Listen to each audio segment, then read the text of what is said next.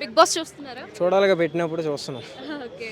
So, ఇప్పుడు దివ్వెల మాధురి గారు దువ్వాడ మాధురిగా మార్చేశారు. అయితే ఆవిడ ఎప్పుడైతే హౌస్‌లోకి ఎంటర్ అయ్యారో అప్పటి నుండి చాలా ఫైర్‌గా, చాలా ఫైర్ బ్రాండ్ లాగా పొలిటీషియన్స్ ఎలా అయితే మాట్లాడతారో అచ్చం అలానే లోపలైతే గొడవ గూడా రచ్చ రచ్చ చేస్తున్నారు. సో, బయటైతే కమెంట్స్ వినిపిస్తున్నాయి. మరి మీకెలా అనిపిస్తుంది? నాకు కూడా అసలు తీసుకోవడమే కరెక్ట్ కాదనిపిస్తుంది. అంటే సీజన్ 9 బిగ్ బాస్ ఏంటంటే చాలామంది ఇప్పుడు చిన్నపిల్లలు చూస్తున్నారు. అంటే ఒక మాట్లాడొచ్చే ఒక సంబంధాన్ని ఒక లవ్ ట్రాక్ అంటే ఎంత నీట్‌గా చూపిస్తున్నారంటే దాన్ని ఒక డిఫరెంట్‌గా చూపిస్తున్నారు. ఒక మంచిగా లవ్ లాగా చూపిస్తున్నారు. అది కరెక్ట్ కాదు అది. అక్కడ ఉన్నది ఉన్నట్టు చూపియాలి. ఆమె చేసిందే తప్పు పని. దాన్ని మీరు మంచిగా ఎందుకు చూపిస్తున్నారు నాగార్జున గారు నాకు అర్థం కావట్లా. నాగార్జున గారు అవనివ్వండి, దాంట్లో ఎడిటర్ ఎవరవనివ్వండి చేసేది. అది కరెక్ట్ కాదు.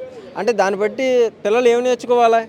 అంటే ఆళ్ళు కూడా పెళ్లి చేసుకొని పిల్లలు పుట్టాక ఇంకోళ్ళని ఉంచుకోవాలి అని చూపిస్తున్నారా? నాకు అర్థం కావట్లా. అది కరెక్ట్ కాదు. లవ్ ట్రాక్‌లు కూడా ఉన్నాయి గదా! అదే అంటున్నా. అసలు అది పెట్టడమే వేస్ట్ అది. ఎందుకంటే బిగ్ చాలా బాసే వేస్ట్ అంటారా? బిగ్ బాసే వేస్ట్ ఉంది. మొన్నే చెప్పాను నేను బిగ్ బాస్ సీజన్ 7తోనే ఆపేయండి. సీజన్ 9 మళ్ళీ పెట్టారు.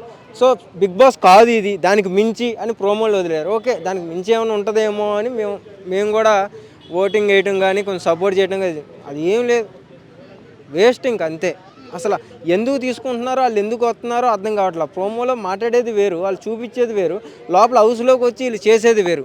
నాకంటే గొప్పోళ్ళు ఎవరూ లేరు, నేనే అందరికంటే గొప్ప, కప్పు నేనే గెలవగలను, పక్కాగా నేనే ఇంటికి తీసుకెళ్తాను అని కొంతమంది ఉంటే, కొంతమంది ఏమో ఇంట్లో చేసినట్టుగా చట్నీ నచ్చలేదు, టిఫిన్ నచ్చలేదు అంటే వాళ్ళ ఇంట్లో ఏదో డైలీ ఉంటుంది కదా, వాళ్ళ అమ్మతో ఏదో మాట్లాడినట్టుగా నాకు ఇదెందుకు పెట్టావు, అదెందుకు పెట్టావు, అది కావాలి అంటే నిష్ఠాచారంగా చేయడానికి అది నీ ఇల్లు కాదు, అది బిగ్ బాస్ హౌస్.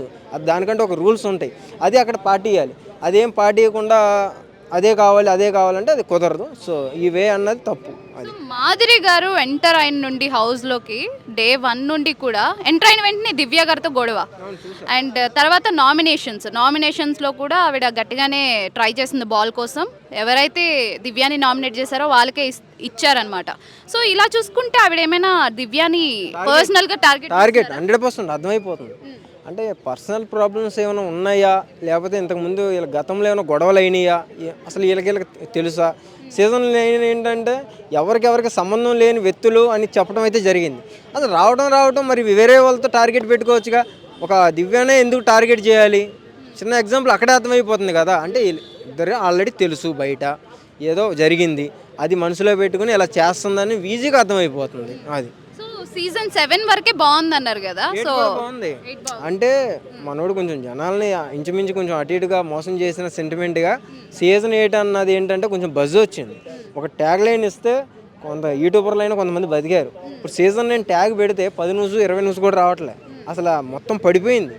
అది మరి ఇప్పుడు 8 వరకు ది బెస్ట్ సీజన్ ఏదంటారు? 8 to 7